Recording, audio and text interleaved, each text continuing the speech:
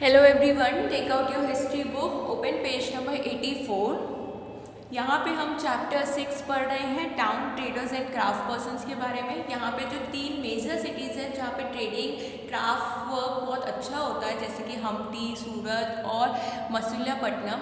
हमने हम्पटी के बारे में लास्ट वीडियो में पढ़ा था, अब हम इस बार सूरत के बारे में पढ़ते हैं।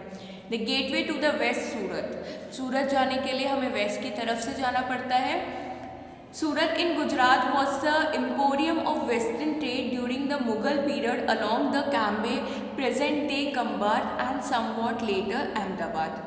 जो सूरत है वो एक एम्पोरियम है। एम्पोरियम का मतलब होता है place where goods from diverse production center are bought and sold, जिसमें सामान को लिया और बेचा जाता है।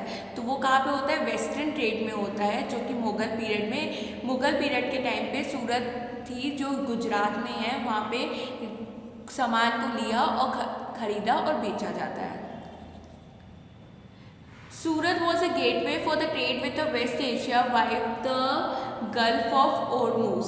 जो सूरत है वो जाने के रास्ते कौन से हैं उसके? वेस्ट एशिया से है, जो कि और Gulf of Ormuz. Surat has also been called the gate to Mecca because many pilgrim ships set sail from here. Surat में बहुत ज़्यादा टेम्पल्स भी थे, तो इसलिए पिलग्रिम्स भी आते थे सूरत में, और वो लोग शिप्स में आते थे और सूरत में ट्रेडिंग भी होती थी। लोग बाहर से सामान भी लेके आते थे, खरीदते और बेचते भी थे। The city was cosmopolitan and the people of all the castes and creeds lived there। कॉस्मोपॉलिटन्स का यहाँ पे मतलब है कि हर रिलीजन के, हर कास्ट के लोग यहाँ पे रहते थे सूरत में, और कोई भी ऐसा नहीं था कि ये लोग मुस्लिम रह सकते हैं तो हिंदू नहीं रह सकते। हर कास्ट के लोग वहाँ पे रहते थे, हर रिलीजन के, हर धर्म के लोग सूरत में रहते थे। In the 17th century, the Portuguese, Dutch and English had their factories and warehouses at सूरत। सूरत में बहुत ज़्यादा वेयर हाउसेज भी थे। स्टोर्ड वेयर हाउसेज का मतलब होता है कि गोदाम जो होते हैं ना, बड़े बड़े गोदाम जहाँ पे बहुत सारा सामान बल्क में रखा जाता है, तो वो सूरत में बहुत सारे थे। According to the English chronicle Ovington who wrote an account of the port in 1689, on average 100 ships of different countries could be found anchored at the port at the given time।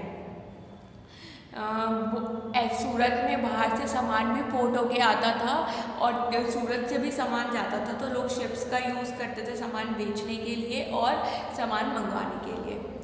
There were also several retail and wholesale shops selling cotton textile। सूरत में बहुत सारे retail और wholesale shops हैं। Retail का मतलब होता है कि आप एक एक चीज़ खरीद रहे हो या एक एक चीज़ बेच रहे हो।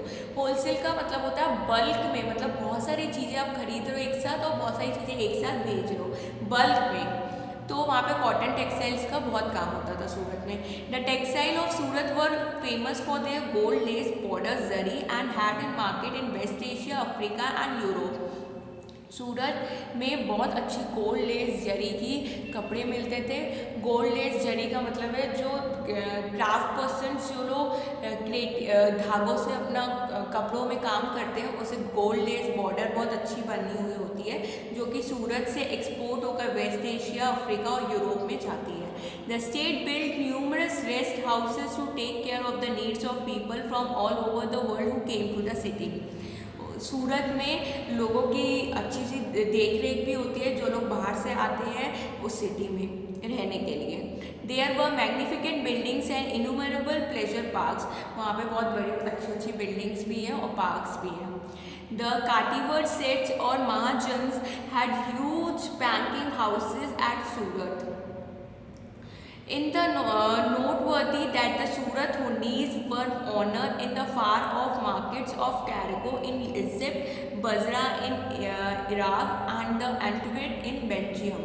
सबसे पहले हम पढ़ते हैं हुंडी क्या होता है। हुंडी is a note recording a deposit made by the person। The amount deposit can be claimed in another place by presenting the record of the deposit। लोग क्या करते हैं, जब आपको एक शहर से दूसरे शहर कोई सामान मंगाना होता है, तो जब ट्रेडिंग का काम होता है तो लोग जब सामान मंगवाते हैं तो लोगों का ऑलरेडी डिपॉजिट उनके पास, जिससे वो सामान बहुत बल्क में खरीदते हैं, तो ऑलरेडी उनके पास डिपॉजिट होता है, तो वो बोल देते हैं उसको कि सामान को भेज दो।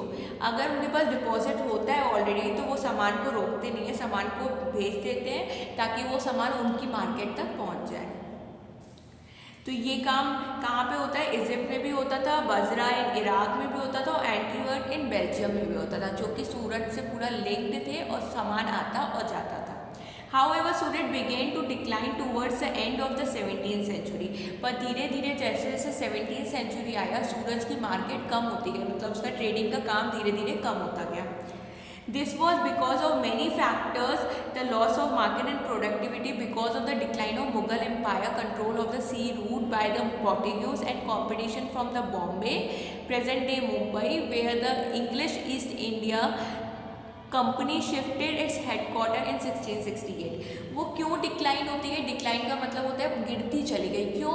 क्योंकि जो सूरत की मार्केट थी ना, वो धीरे धीरे कम होती गई। जैसे ही मुग़ल एम्पायर का जो शासन था वो कम होता गया, वैसे ही सूरत की मार्केट भी कम होती गई। Today Surat is busting commercial center, लेकिन आज की डेट में सूरत में अच्छी ट्रेडिंग होती है और सूरत अच्छा व्यापार करती है। लेकिन जैसे ही मुग़ल एम्पायर कम होता गया, मुग़ल एम्पायर जैसे ही गिर गया, वैसे 17th सेंचुरी में मुग़ल एम्पायर का शासन ख़त्म हो गया था, तब सूरत धीरे धीरे गिरती चली गई थी और सूरत का भी जो मार्केट था वो कम हो गया था। और कंपटीशन जो था बॉम्बे से, इंग्लिश ईस्ट एशिया से इंडिया, उनका सामान कहाँ शिफ्ट होता जा रहा था? हेडक्वार्टर में। Indian company shift is headquarter in 1668 में। लेकिन आज की डेट में सूरत में मार्केट बहुत अच्छी है और सूरत में ट्रेडिंग बहुत अच्छी होती है। लेकिन 17th सेंचुरी में सूरत डिक्लाइन हो गया था। Okay, thank you.